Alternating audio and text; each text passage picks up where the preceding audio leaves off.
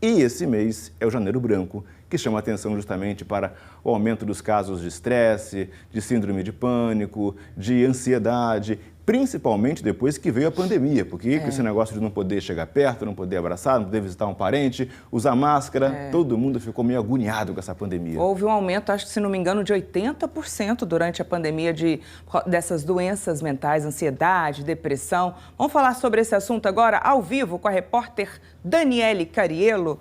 Oi, Cariello, bom dia.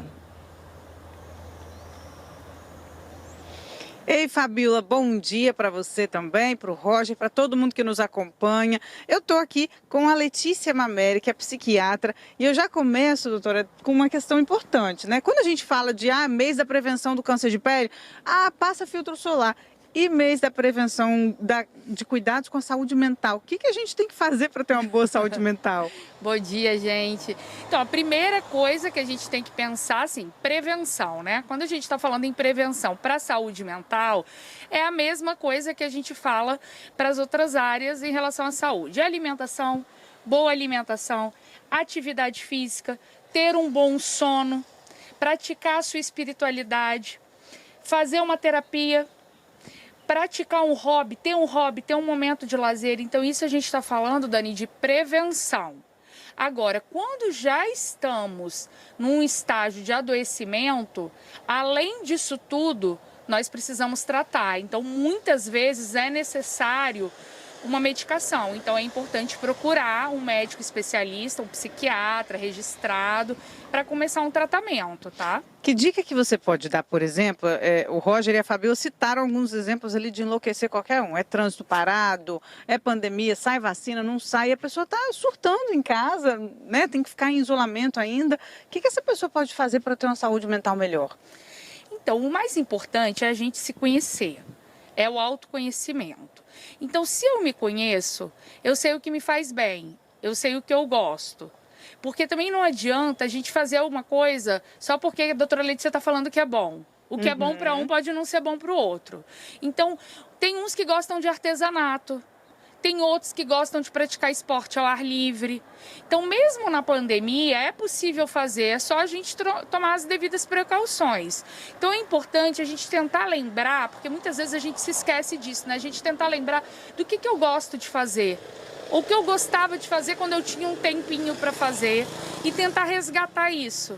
Bom, eu gostava de fazer ponto cruz, então eu estou tentando voltar a fazer. Eu gosto de ler livro mesmo, de papel, tradicional, estou tentando voltar a fazer. Tem gente que não gosta disso, gosta de outras coisas. Então, isso é uma coisa legal.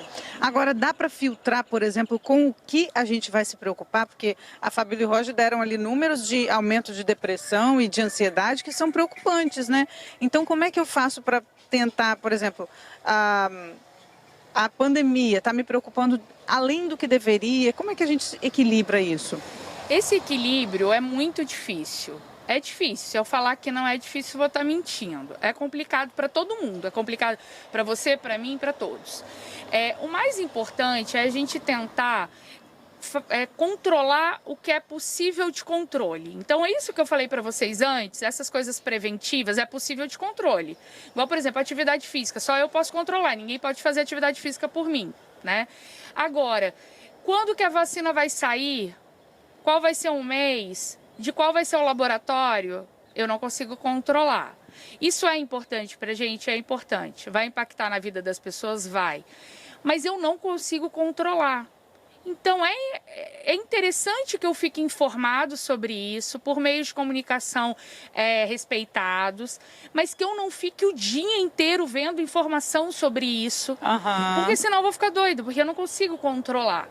Então, vai fazer alguma atividade, vai fazer alguma coisa, assiste seu jornal uma vez por dia, escolhe, assiste o Bom Dia Espírito Santo de manhã para começar. Boa! Né? Depois, o restante do dia, você vai fazer suas coisas. E o restante do dia, faça o que você tem controle sobre. Porque senão eu coloco como desculpa, eu não tenho tempo, mas estou ficando o tempo inteiro pensando... Vendo bobeira. E com isso a minha ansiedade só aumentando. A gente fala assim, janeiro branco, né? Um mês para falar do cuidado com a saúde mental. Tem outros meses para falar de outros problemas de saúde, é câncer de próstata, é câncer de mama, doenças que matam. É importante a gente lembrar de cuidar da saúde mental. Por que a gente tem que ter um mês só para isso? Eu falo que a gente tem que... Saúde mental a gente tem que falar todos os meses. Tá? Uhum. Não que os outros também não tenham que falar todo mês, mas a saúde mental, ela está no nosso dia a dia o tempo todo. De homem, de mulher, de criança, de idoso, de todo mundo. Verdade. Então ela é universal.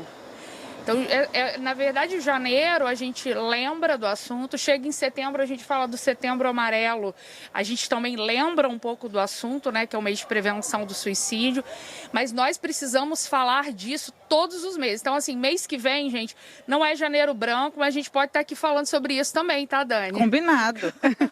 Tá certo, doutora Letícia Mameri, psiquiatra, trazendo informações aí muito importantes para toda a população. Roger e Fabiola, é bem assim, né? A gente previne câncer de mama, a gente doa sangue, tantas outras coisas com a saúde, esquece da saúde mental.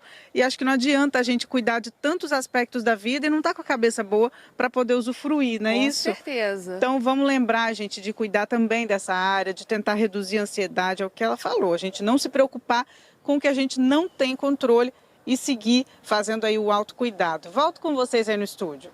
Tem uma pergunta que chegou aqui, Carilo, pelo WhatsApp. A pessoa não quer se identificar, mas disse o seguinte, olha só, como podemos ajudar a pessoa que está passando por depressão ou ansiedade? A pessoa tem consciência que tem esse problema, mas não aceita tomar a medicação, não quer aceitar o tratamento. Como que você lida com uma situação como essa? A pessoa tem consciência que tem ansiedade, que tem depressão, mas não aceita o tratamento, principalmente o tratamento com medicação. Nesses casos, acho que o mais importante é a relação com o médico, né? O vínculo com o médico. Algumas vezes chega para mim no consultório, alguns familiares levam pacientes nessa situação, que já sabem que não estão bem, que já passaram. Travou bem na hora da resposta, então, do nosso telespectador, mas daqui a pouco a gente tenta retomar o contato, então, com a nossa entrevistada e terminar de responder a pergunta, então, que foi feita. Fabiola, olha para trás, quem apareceu aí de novo? Que bom, a nossa entrevistada que Daniele Cariello, respondendo o nosso isso. telespectador. A pergunta era sobre pessoas que não aceitam o tratamento, que não aceitam, principalmente quando há medicação. Como que a família pode lidar com esse paciente? A primeira coisa é que a pessoa pelo menos admitiu que tem o problema, né? Já é um primeiro passo, né? Então, o que acontece comigo, muitas vezes a família leva para o consultório, as pessoas têm consciência, a família tem consciência, às vezes já passou por outros profissionais e a pessoa não aderiu ao tratamento, né? Que é o termo que a gente usa.